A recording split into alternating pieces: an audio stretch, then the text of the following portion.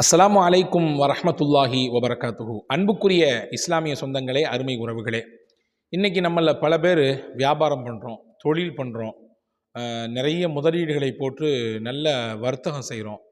ஆனால் எல்லாருக்கும் அந்த தொழிலும் வியாபாரமும் அவங்க செய்யக்கூடிய வர்த்தகமும் கைகூடுதா அப்படின்னா இல்லை. சில பேருடைய வியாபாரத்தில் அவங்க ஜெயிச்சிடுறாங்க, தொழிலில் முன்னேற்றத்தை கண்டுடுறாங்க. சில பேர் நஷ்டம் அடைஞ்சிடுறாங்க.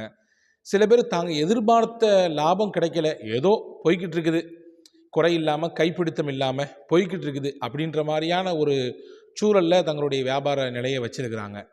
இப்போ பல நபர்களுடைய தேவை, ஆசை, கனவு, நாங்கள் செய்யக்கூடிய தொழிலும் வியாபாரமும் எங்களுடைய நிறுவனங்களும் லாபகரமான முன்னேற்றத்தை அடைய வேண்டும், நாங்கள் நஷ்டப்படக்கூடாது, நாங்கள் குறுகிய காலத்திலேயே வளர்ச்சியை காண வேண்டும் என்று எல்லாரும் பிரியப்படுறாங்க. அதுக்கு என்ன வழி? அதுக்கும் மார்க்கம் வழி சொல்லுது, நியாயமான முறையில் வழி சொல்லுது. வியாபாரம் செய்யக்கூடிய, தொழில் செய்யக்கூடிய, வர்த்தகம் செய்யக்கூடிய எல்லோரும் இதை பின்பற்றுவோமேயானால் நிச்சயமாக குறுகிய காலத்திலேயே வளர்ச்சி அடைய முடியும். இன்னைக்கு நிறைய நபர்கள் குறுகிய காலத்திலே வளர்கிறார்கள், முறை தவறிய விதத்திலே பொருளீட்டி வளரக்கூடியவர்களையும் காணுகிறோம். ஆனால் அப்படிலாம் இல்லை, முறையாகவே குறுகிய காலத்தில் வளர்ச்சியை காணலாம். இன்றைக்கி உள்ள காலகட்டம் முழுக்க முழுக்க ஏமாற்று உலகமாக மாறி இருக்குது. இன்றைக்கி சுற்றி இருக்கக்கூடிய குறிப்பாக ஆன்லைன் வர்த்தகம் பெருகிவிட்டது. இன்றைக்கி நிறைய ஆன்லைன் வர்த்தகங்களிலே ஏமாந்து போகக்கூடிய பட்டியல் நீண்டு கொண்டே போகுது. அதெல்லாம் ஒரு புறம் இருக்கட்டும், இஸ்லாம் நமக்கு காட்டித்தரக்கூடிய லாபகரமான முன்னேற்றமான தொழிலை எப்படி நாம் ஈட்டுவது என்பதை தான் இந்த காணொளியில் பார்க்க போகிறோம்.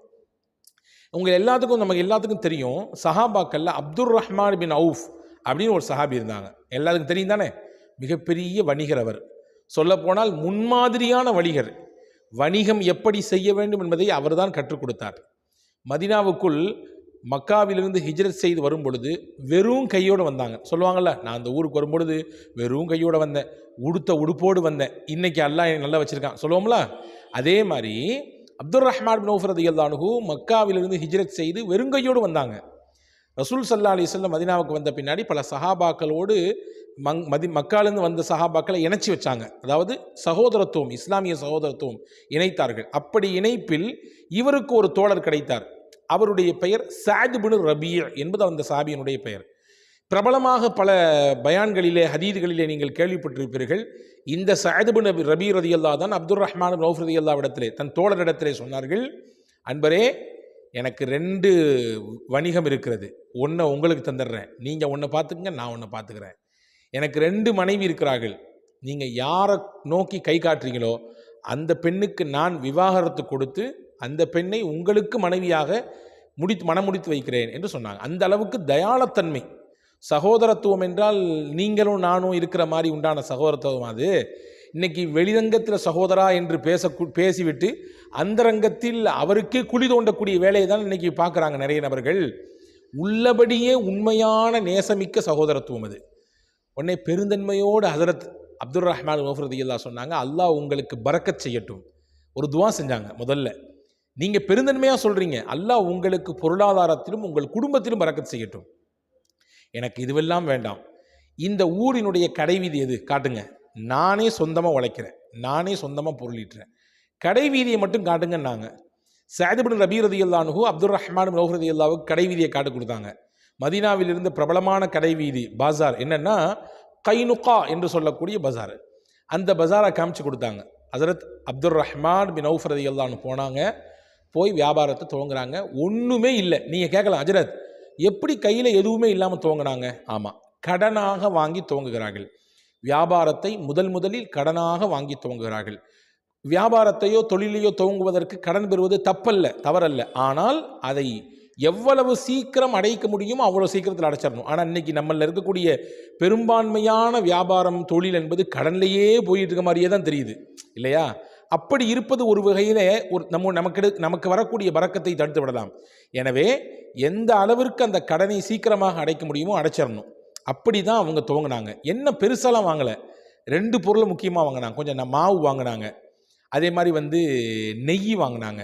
நெய்யை விற்றார்கள். அதே போன்று பாலாடை கட்டி தயார் செய்து அதை விற்றாங்க. இதுதான் அவங்களுடைய ஃபஸ்ட்டு அவங்களுடைய வியாபாரம். இதை வச்சு அவங்களுடைய வியாபாரத்தை அல்லாஹு தாலா கொஞ்சம் கொஞ்சமாக வளர்த்தான். எந்த அளவுக்கு வளர்த்தான் என்றால் தான் வாங்கிய கடனை முதல்ல நிறைவு செஞ்சாங்க. தனக்கு போதுமான வருமானம் கிடைச்சிது. அதுக்கு பின்னாடி 2 பேத்துக்கு தேவையான வருமானம் கிடைத்தது. அதற்கு அடுத்து தான் நிக்காஹை செஞ்சாங்க. நிக்காஹ் செஞ்ச பின்னாடி அல்லாஹ் தஆலா நல்ல பரக்கத் செஞ்சான். எந்த அளவுக்கு என்றால் இவர்களுடைய வியாபார பொருட்களை வாங்கி கொண்டு மதீனாவுக்கும் சிரியாவுக்கும் இடையிலே எப்போ பார்த்தாலும் ஒட்டகங்கள் பயணித்து கொண்டே இருக்கும். ஒட்டகம் என்றால் நூற்றுக்கணக்கான ஒட்டகம். ஒரு நாள் மதீனாவுக்குள்ளே பெரிய ஆரவாரமாக சத்தமாக இருந்தது. ஆயிஷா அம்மா கேட்டாங்களாம், என்னங்க இவ்வளோ பெரிய சத்தமாக இருக்குது, திருவிழா மாதிரி சத்தமாக இருக்குன்னு கேட்டபொழுது சஹாபாக்கள் சொன்னாங்களாம், அப்துர் ரஹ்மான் பின் அவுஃப் ரலியல்லாஹு அன்ஹு சிரியாவிலிருந்து வியாபாரத்தை முடிச்சுட்டு மதீனாவுக்குள்ளே வந்துட்டு இருக்கிறாங்க. சுமார் 700 ஒட்டகத்தில் வியாபார சரக்குகளை கொண்டு வர்றாங்கன்னு சொன்னாங்க. அவ்வளோ பெரிய பரக்கத்தை அல்லாஹ் செஞ்சிட்டான். வியாபாரத்தில் அவ்வளோ பெரிய பரக்கத்து. இவங்க வாழ்க்கை முழுக்க பரக்கத் தான். நிறைய செஞ்சுருக்காங்க, நிறைய உதவி செஞ்சுருக்காங்க, எக்கச்சக்கமான வள்ளல் தன்மையோடு நடந்திருக்கிறாங்க. இல்லாதவர்களுக்கு அள்ளி அள்ளி கொடுத்துருக்கிறார்கள். பத்ர் சஹாபாக்களில் ஒவ்வொரு சஹாபிக்கும், பத்ரில் கலந்து கொண்ட ஒவ்வொரு சஹாபிக்கும் 400 திர்ஹம் தீனார் தரணும்னு சொன்னாங்களாம். 400 தீனார். அப்போ எல்லாத்துக்கும் 400 தீனார் கொடுக்கப்பட்டது. கிட்டத்தட்ட அன்னைக்கு அப்பொழுது அவர்களின் காலத்திலே 100 பத்ரில் கலந்து கொண்ட சஹாபாக்கள் இருந்தாங்க. அப்போ 400னா சுமார் ஏறத்தாழ 40,000 தீனார்கள் அவர்களுக்கு மட்டும் பங்கிடப்பட்டது. இந்த மாதிரி ஆயிரக்கணக்கான காசு பணங்கள் அள்ளி கொடுத்தாங்க. இது ஒரு விஷயம் வச்சுக்கங்களேன். இவங்கள்ட்ட ஒரு நாள் வந்து ஒரு சஹாபி கேட்டாங்க, ஏங்க நீங்கள் செஞ்சிட வியாபாரத்துலலாம் அல்லாஹ் பரக்கத் செய்கிறான், எந்த அளவுக்குன்னு அவங்களே சொல்கிறாங்க, நான் கல்லை தொட்டு வியாபாரம் செய்தாலும் அல்லாஹ் எனக்கு அதற்கு கீழே தங்கத்தை வைத்து விடுகிறான், மண்ணை தொட்டு வியாபாரம் செய்தாலும் அல்லாஹ் அதை எனக்கு பொன்னாக மாற்றி தருகிறான், எதை போய் கை வச்சாலும் எனக்கு அல்லாஹ் லாபத்தை தர்றான், அல்லாஹ் எனக்கு அதை முன்னேற்றம் தர்றான். இதான் நம்மளுடைய ஆசை. என்ன வியாபாரமாகட்டும் ஹலாலாக செய்யணும், எனக்கு வந்து அதில் முன்னேற்றம் கிடைக்கணும். அப்போ அவங்கள்ட்ட கேட்டாங்க, நீங்கள் என்ன செஞ்சாலும் அல்லாஹ் வியாபாரத்தில் உங்களுக்கு பரக்கத் செய்கிறான், நல்ல வளர்ச்சி இருக்குது, என்ன எப்படி உங்களுடைய வியாபாரத்தினுடைய அந்த ரகசியம் என்ன, எங்கே போனாலும் ஜெயிக்கிறீங்களே பிஸ்னஸில், ரகசியத்தை சொல்லுங்களேன்னு கேட்டாங்க. 3 ரகசியம் சொன்னாங்க. இதுதான் நமக்கான பாடம் இன்னைக்கு.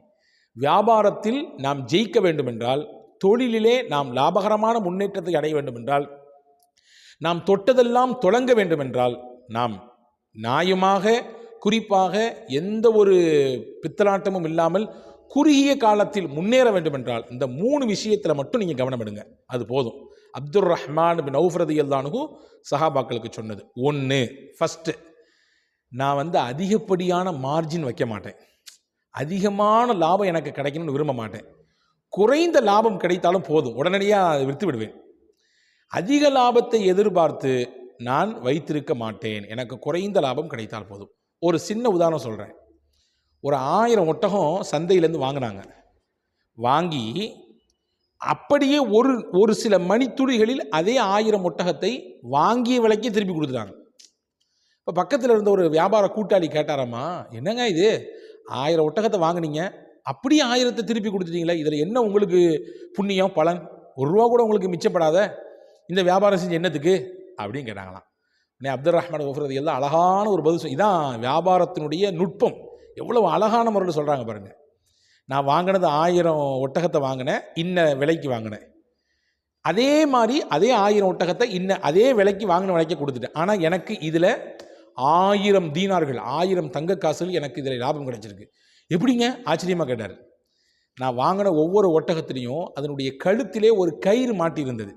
நம்ம மாட்டுக்கெல்லாம் வந்து மூக்கணாங்கயிறுன்னு சொல்லுவாங்க பார்த்தீங்களா, அதே மாதிரி அந்த கழுத்திலே காப்பு போன்ற ஒரு கயிறு மாட்டியிருந்தது. அந்த கயிற்றை எடுத்து சந்தையிலே விற்றால் ₹1 கிடைக்கும், 1 தீனார் கிடைக்கும், ஒரு தங்க காசு.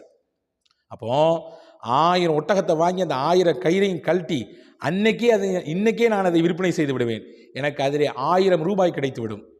இப்பொழுது நான் வாங்கிய விலைக்கே இந்த ஒட்டகத்தை மற்ற நபரிடத்திலே கொடுத்தால் எனக்கு எந்த நஷ்டமும் கிடையாது, லாபம்தான். பரவாயில்ல, 2 நாள் போகட்டும், விலை கூடட்டுமே பார்த்துக்கலாம், ஒரு 4 நாள் போகட்டும், அல்லது 1 மாதம் போகட்டும், 2 மாதம் போகட்டும், நான் விட்டு வச்சேன்னா அந்த 1 மாதம், அந்த 4 நாள், அந்த 2 நாள் நான் இந்த ஒட்டகங்களை எல்லாம் பராமரிக்கணும், அதுக்கு ஒரு பெரிய காசை போடணும், அதுக்கு தீவனம் வாங்கி தரணும், அதை நான் வந்து பராமரிக்கிறதுக்கு ஆள் நியமிக்கணும், இது எனக்கு ஒரு பெரிய செலவு. எனவே அதையெல்லாம் விட்டுட்டு அன்னைக்கு அப்போ எனக்கு கிடைச்சது ₹1000 இருந்தாலும் பரவாயில்லை, இது ஒரு வியாபாரம் தானே, இது ஒரு லாபம் தானே, போதும் என்று நினைத்தேன் என்று ஹஜரத் அப்துர் ரஹ்மான் பின் அவுஃப் ரலியல்லாஹு சொன்னாங்க. அப்போ அன்பர்களே, வியாபாரத்தில் வளர்ச்சி கிடைக்க வேண்டும் என்றால் முதலாக செய்ய வேண்டியது குறைந்த கொஞ்சம் லாபம் போதும் என்ற நிலையிலே நாம் வியாபாரத்தை நடத்துவோமேயானால் அல்லாஹ் அதிலே பெரிய பரக்கத் செய்வான். ஒன்று. ரெண்டாவது, ஹஜ்ரத் அப்துர் ரஹ்மான் கஃபூர் ரலியல்லாஹு சொன்னாங்க, என்னுடைய வியாபாரத்தினுடைய முன்னேற்றத்துக்கு முக்கியமான காரணம் எந்த சந்தர்ப்பத்தையும் நான் பொய் சொல்லவே மாட்டேன். நீங்கள் கேட்குறத பார்த்தா தெரியுது, பொய் சொல்லாமலாம் அந்த காலத்தில் விற்க முடியுமா ஹஜ்ரத், பொய் சொல்லாமலாம் அந்த காலத்தில் வியாபாரம் செய்ய முடியுமா, தொழில் செய்ய முடியுமா ஹஜ்ரத் அப்படின்னு கேட்கலாம்.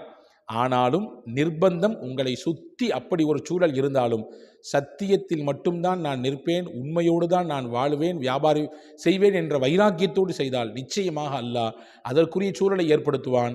அந்த மாதிரியான நிலையிலே அல்லாஹ் உங்களை வளர்ச்சியை அடைய செய்வான். அப்துர் ரஹ்மான் கஃபூர் ரலியல்லாஹு சொன்னாங்க, பொய் சொல்லாமல் நான் வியாபாரம் செய்வேன், உள்ளதை உள்ளபடி சொல்லுவேன், மறைக்க மாட்டேன், உள்ளொன்று வெளியொன்று அப்படியெல்லாம் சொல்ல மாட்டேன், உண்மையைத்தான் சொல்லி வியாபாரம் செய்வேன். இது ரெண்டாவது ரகசியம், வியாபாரத்தில் முன்னேற்றம் அடைவதற்கு ரெண்டாவது ரகசியம். ரசூலுல்லாஹ் சும்மா ஒன்றும் சொல்லலை, நாளை மறுமையிலே உண்மையான வியாபாரிகள் நபிமார்களோடு இருப்பார்கள் என்ற வார்த்தை எவ்வளவு பெரிய வார்த்தைன்னு நம்ம உங்களுக்கு புரியணும். சும்மா ஒன்று அந்த அந்தஸ்து கிடைச்சிடாது. வியாபாரத்தில் அவ்வளவு சூழல் நெருக்கல் வரலாம், பொய் கூறுவதற்குரிய வாய்ப்பு வரலாம், உள்ளதை மாற்றி சொல்லக்கூடிய நிலை வரலாம். ஆனால் அதையெல்லாம் தவிர்த்துட்டு உண்மையோடு இருக்கும் பொழுது அதில் அல்லாஹ் ஒரு பரக்கத்தை வைத்திருக்கிறான். ரெண்டாவது விஷயம். மூணாவது முக்கியமான விஷயம், நான் எந்த பொருளை விலை பேசிவிட்டேனோ அதை உடனடியாக விற்பனை செஞ்சிருவேன். விலை பேசி வைக்கப்பட்டதை தாமதம் செய்ய மாட்டேன். விலை நிர்ணயம் செய்யப்பட்டுடுச்சு, இதுதான் இன்னைக்கு மார்க்கெட் ரேட்டு, உடனே விற்றுடுவேன். ஒரு மாதம் போனால் விலையேற்றம் வருமே, அப்போ விற்றா நமக்கு நிறைய லாபம் கிடைக்குமே, அப்படிலாம் நினைக்க மாட்டேன். விலை நிர்ணயம் செய்யப்பட்டு விட்டால், விலை பேசப்பட்டு விட்டால் உடனடியாக அதை தள்ளிவிடுவேன், வைத்திருக்க மாட்டேன், இருக்க விட மாட்டேன். உடனடியாக அதை காலி செய்வதற்கு, அதாவது ஸ்டாக் வச்சே இருக்கணும்னு நினைக்க மாட்டேன். உடனுக்குடன் அந்த ஸ்டாக்கை எல்லாம் உடனே வெளியே தள்ளிடுவேன், புதுசு வாங்குவேன்.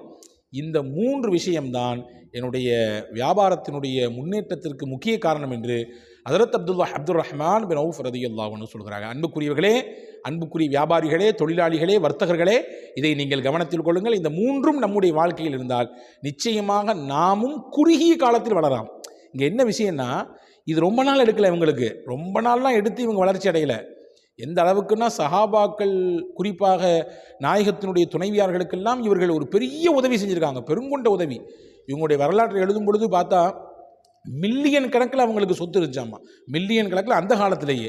இன்றைக்கி என்ன டாடா பிர்லாம் இல்லாமல் அன்னைக்கு அவர்கள் அதையெல்லாம் மிஞ்சும் அளவிற்கு அவர்களுடைய பொருளாதாரத்திலே வளர்ச்சி கண்டிருந்தாங்க. அப்போ இந்த 3 விஷயம் அவர்களுடைய வாழ்க்கையில் இருந்தது. நாமும் இதை கவனத்தில் கொள்வோம். கூடுதலாக ஒரு விஷயத்தை நான் சேர்த்து சொல்கிறேன். நம்முடைய வியாபாரம், தொழிலும், வர்த்தகமும் பெருக வேண்டும் என்றால் நமக்கு அல்லாஹ் தரக்கூடிய ரிஸ்கிலே ஒரு பகுதியை நாம் ஏழைகளுக்கு, இல்லாதவர்களுக்கு கொடுக்க வேண்டும், வழங்க வேண்டும். வள்ளல் தன்மை என்ற அந்த தன்மையின் ஒரு சின்ன பகுதியாவது நம்மிடத்தில் இருக்க வேண்டும். இருந்தால் அல்லாஹ் நம்முடைய பொருளாதாரத்தையும் வளர்ச்சி அடைய செய்வான். ஒரு சின்ன உதாரணம் சொல்ல பாருங்க. இன்னைக்கு வேலூர் பக்கத்தில் ஒரு ஊர் இருக்கிறது, மேல் விசாரம். செல்வம் படைத்த பெரும் நபர்கள் எல்லாம் வாழக்கூடிய ஊர் அது. அந்த ஊரிலே ஒரு கல்லூரி இருக்கிறது. நம்மிலே பல நபர்கள் அதில் அந்த கல்லூரியிலே பயின்று இருக்கலாம். அப்துல் ஹக்கீம் காலேஜ் என்று ஒரு காலேஜ் இருக்கிறது. வள்ளல் அப்துல் ஹக்கீம் உடைய பெயரிலே அந்த காலேஜ் இருக்குது, அந்த கல்லூரி. யார் இந்த அப்துல் ஹக்கீம் என்றால், இவருடைய பின்னால் வரலாற்றை பார்க்கிற பொழுது அவருடைய வாப்பா தொழிலில் ஏற்பட்ட நஷ்டத்தில் அப்படியே ஏழ்மையிலே இருந்து வஃபாத்தானார். அவர் இருக்கக்கூடிய ஊரிலே பள்ளிக்கூடம் கிடையாது. அப்துல் ஹக்கீம் அவர்கள் இருந்த காலகட்டத்திலே பள்ளிக்கூடம் கிடையாது. அங்கிருந்து பக்கத்தில் இருக்கக்கூடிய ஆற்காடுக்கு நடந்தே போய் படிச்சுட்டு வருவாராம், கிட்டத்தட்ட 10 கிலோமீட்டர். அந்த அளவுக்கு ஏழ்மையாக இருந்தவர் தான் அப்துல் ஹக்கீம். ஆனால் பிற்காலத்திலே தோல் வணிகம் செய்து அதிலே கிடைத்த லாபம், அதை கொண்டு பல மக்களுக்கு உதவி செய்தது, பல வள்ளல் தன்மையோடு அவர் நடந்து கொண்டது, பல கல்வி நிறுவனங்களுக்கான அதிகப்படியான உதவிகளை செய்தது. இன்றைக்கி கூட சென்னையிலே சென்ட்ரலுக்கு ஆப்போசிட்டில் இருக்கக்கூடிய சித்திக் சராய் என்று சொல்லக்கூடிய ஒரு கூடம், பயணிகள் தங்குவதற்காக வேண்டி இருக்கக்கூடிய ஒரு அமைப்பான ஒரு இடம் அது. இன்றைக்கும் அது இலவசமாக குறிப்பிட்ட சில நாட்களுக்கு பயன்படுத்தப்படுகிறது. அது யார் கட்டி கொடுத்ததுன்னா இந்த அப்துல் ஹக்கீம் சாஹிப் தான் கட்டி கொடுத்தது. அவருடைய அப்பா சொன்னாராமா, வெளியூரிலிருந்து பயணப்பட்டு வரக்கூடிய வியாபாரிகளுக்கு முறையாக தங்குவதற்கு இங்கே இடம் இல்லை, பக்கத்தில் ஒருத்தர் இடம் வச்சிருக்காரு, ஆனால் அந்த இடத்துல முஸ்லீம்கள் தங்கக்கூடாதுன்னு சொல்லி அவர் தடுக்கிறாரு. எனவே என்னுடைய ஆசை அந்த இடத்துல ஒரு பில்டிங் கட்டி அதை என்ன செய்யணும்னா முஸ்லீம்கள் வியாபாரிகள் தங்குவதற்கு ஏற்பாடு செய்து கொடுக்க வேண்டும் சொன்னார். வஃபாத்தாகும்போது சொன்னார், அப்துல் ஹக்கீம் சாஹிப் நல்ல வளர்ச்சி அடைஞ்ச பின்னாடி அந்த இடத்துல ஒரு பில்டிங் வாங்கி கட்டி அன்னைக்கே 50,000 ரூபாய், கெட்டதுக்கு செலவு 50,000 ரூபா, 1 லட்சம் ரூபா செலவு பண்ணி அந்த இடத்த கட்டி தன்னுடைய அப்பா பேர்லையே அங்கே அந்த ஒரு இடத்த உருவாக்குறாரு. இன்னைக்கு வரையே அது ஹயாத்தாக இருக்குது.